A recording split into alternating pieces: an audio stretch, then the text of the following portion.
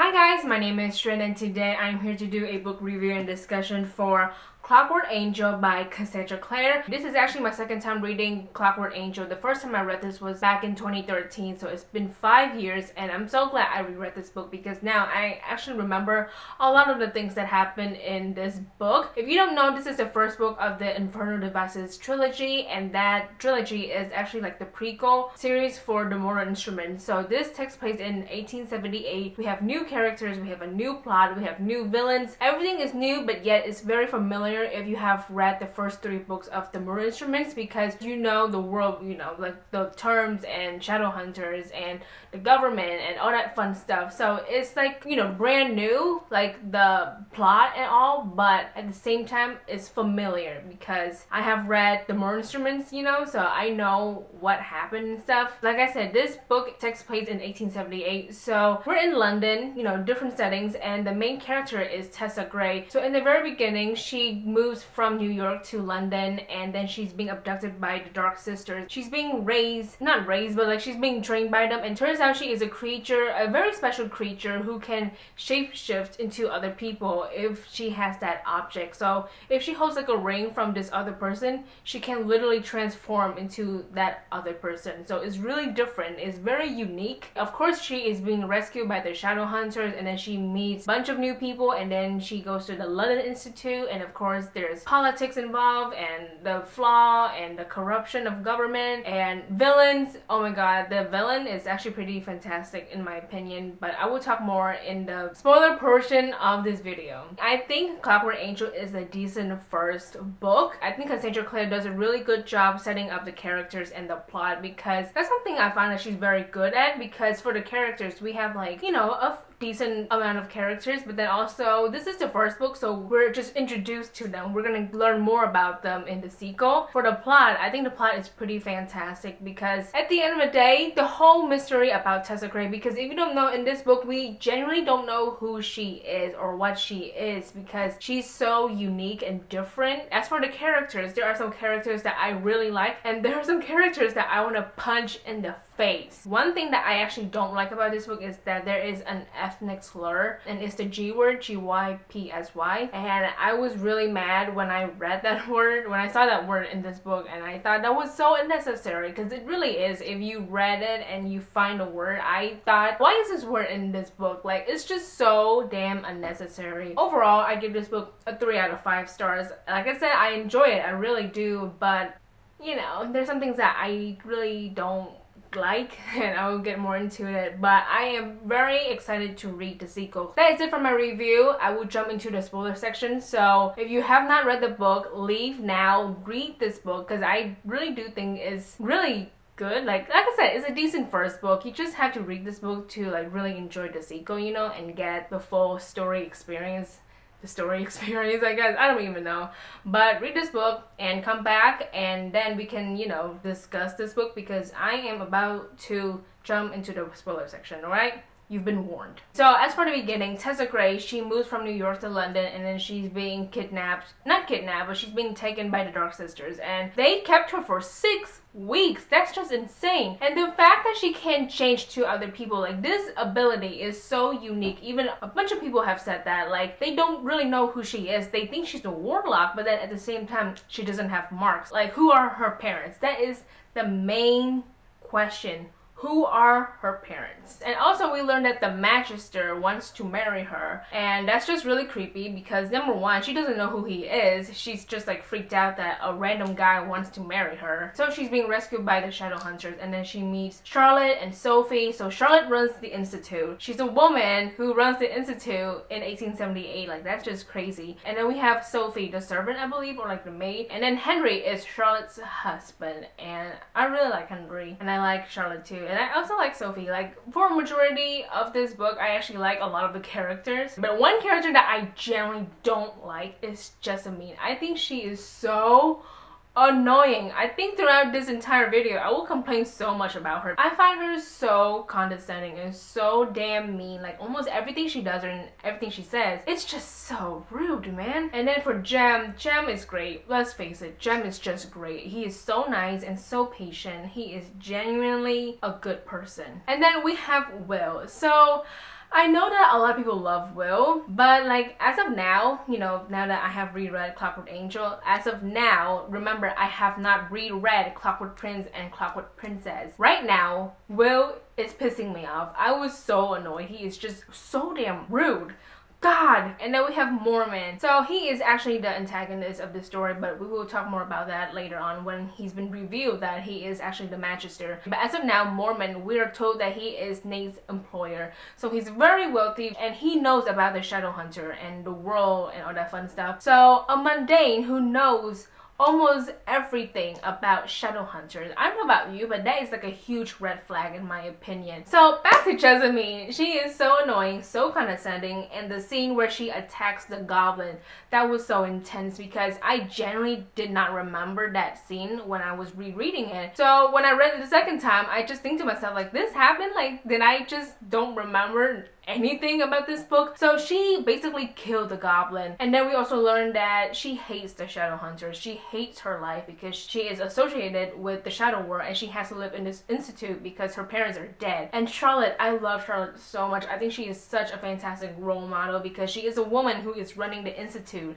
at a very young age, but also in 1878. So she has like a lot of enemies because of her role. Like I know Benedict Lightwood hates her because he wants that job, but instead she has it, you know, a woman, a young woman too. And then we have the Quincy. So he is the head of the vampire clan, I believe. We were led to believe that he is the Magister,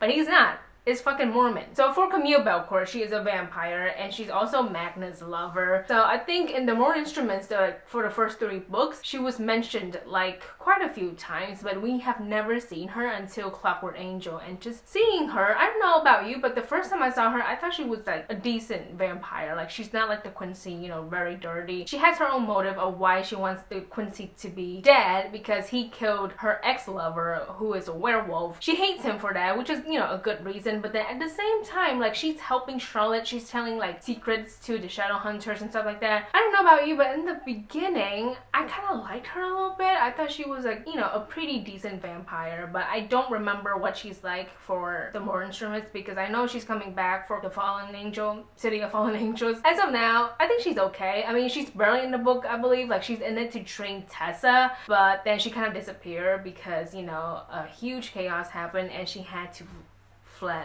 fled? She has to fled. She has to go away. So we have the scene where Tessa and Will are at the Quincy's party, and of course Magnus is there to guide Tessa through the party, and I love seeing Magnus there because I love Magnus Bane so much. I think it's so fantastic that he is in this trilogy. So the prisoner at this party is Nate, which is crazy, and then a huge fight happened, and just seeing Tessa fighting, well, she's not good at it, but like, you know, for someone who has never fought before, I think she did a pretty decent job. This scene, I was screaming so loud because I thought it was a huge sign for Tessa. So the scene where Brother Enoch, I believe, he basically was like, you know, looking at Nate to see if he's okay, and then he says that Nate is just a mundane. He's literally nothing like Tessa. Tessa has an ability, a very special ability, and in a way she's like a warlock, but she's different because she does not have marks. But for Nate, her brother, he is just a mundane. Like literally that is it. Like he's just a human being. So I don't know about you, but that is a huge sign. So I'm so glad that that scene is in this book because I was like, yo, that is a huge sign. That scene was pretty great in my opinion because I was screaming so loud. I was just like, oh my god, like this is a big deal, okay? So about Jessamine, I have complained about her so much in my notes. So for this section, I said that she's pretty selfish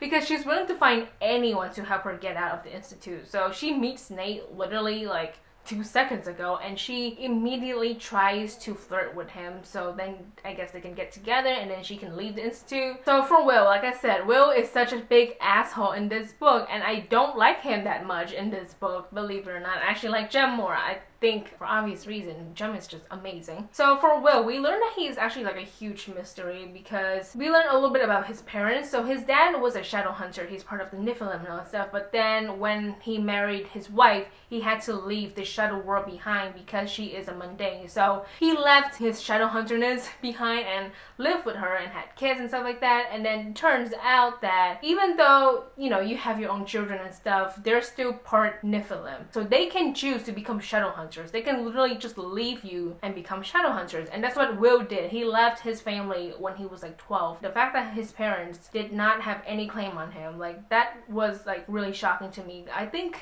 like I said, I don't remember anything. So rereading that scene, I was just shocked because the parents don't have any claim on their kid because their Nephilim does. Yeah, Will left his family at 12, and of course, why does he do it? We don't know. We just know that he did it. We're gonna learn about it later anyway. So the scene where the Magister declared war, that was pretty intense because it was when Tessa and Jem, they were at the bridge, and then out of nowhere the automatons just show up and they freaking attack almost everyone. So they were able to go to the Institute and stuff like that. So one of the automatons has Jem's blood, and that is a big deal because that plays a huge part at the end of the novel. It's crazy to me because the automatons are like advanced technology and it's only 1878. Like, can you imagine if this takes place in the future? And then we also learn about Jem and his parents and how he is like addictive to this drug. So when Jem was young, this greater demon named Yang Luo, I believe, the greater demon killed Jem's parents, but then he also fed Jem with this really powerful drug, and now Jem is like relying on this drug. He's like very dependent on it. It's actually really sad, like his story, because he has to take the drug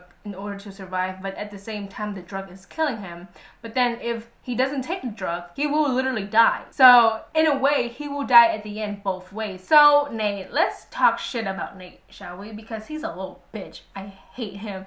So the scene where we learned that Tessa and her aunt had to cover up for Nate's gambling, that to me is a huge red flag because gambling is always bad, and if anyone becomes addicted to it, there's always consequences. And there is for Nate because he became broke, and of course he discovered the letters, and then he discovered Mormon and all that stuff. He's willing to sell Tessa to the Dark Sisters. He even admitted it, like he felt so bad, you know, so bad to sell his sister, and everyone was like, what the fuck? Even Will was like, who does shit like this, honestly? And I was so mad when I read that part, but then I felt so bad that Tessa tried to excuse his behavior. She was pissed at first, but then she's like, you know what? I think I understand because he's broke and stuff like that. I was like, no girl, like you are allowed to be pissed about this. Like he fucking sold you like a property, okay? And he's your brother too. So honestly, he's a shit brother, let's face it. At the end, there's this huge confusion in a way because we're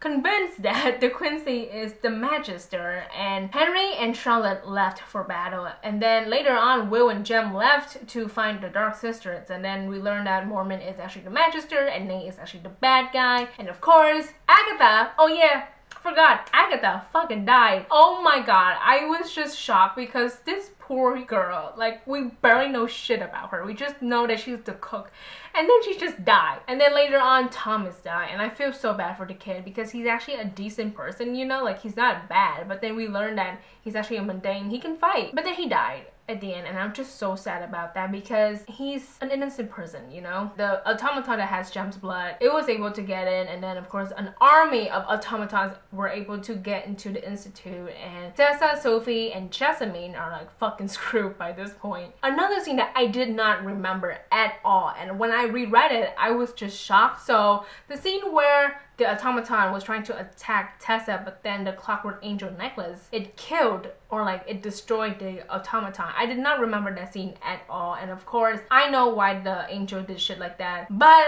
I didn't remember it, so of course I was really shocked. So in the beginning of the video, I talk about Mormon a little bit, and I talk about how he is a mundane and yet he's so powerful because he knows shit about the shadow world, but then also at the very end we learned that he framed everything on De Quincey. So he's so smart and cunning, and I think he has to be like my favorite villain just because he's capable of doing shit like this, and he's just a mundane. How crazy is that? So we learned that Nate killed Aunt Harriet because, you know, he gave her the chocolate and shit like that. He didn't even feel bad about it. That's the thing. Like, he's just like, yeah, I killed her so what? Oh my god, he fucking sucked. I feel like at the end of this book, Mormon wins, even though he doesn't have Tessa, but he has the pixies, you know, the demon energy shit. I don't know. He has that, and I feel so bad for Charlotte because she feels like she's not capable of like running the institute or like being a decent leader, because she got tricked. And I feel really bad for almost everyone for different reasons. I feel especially bad for Tessa because her brother is a little bitch. And then her parents, oh my god,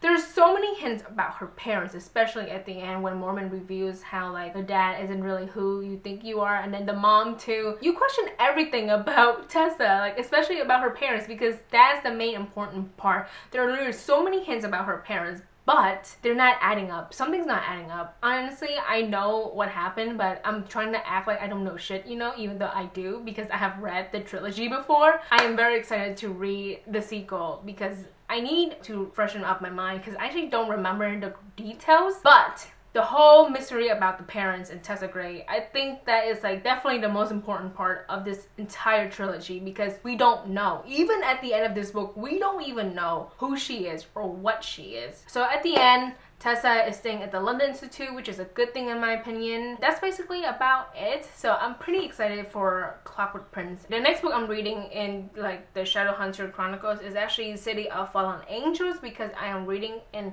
publication order. So I'm very excited about that. So that is it for today's video. I hope you guys enjoyed that. It's been really fun talking about Clockwork Angel. So I'm very excited to finally get this video up because it's been like almost a month. I was supposed to get this up like at the end of April or like the beginning of May, and of course May is about to end, so obviously I have failed at my task, but it's better late than never in my opinion. So I'm so excited to continue with the trilogy and also the more instruments. So that is it for today's video. I hope you guys enjoyed that. Thank you for watching. Please like and subscribe for more videos, and I will see you guys later. Goodbye. You got the devil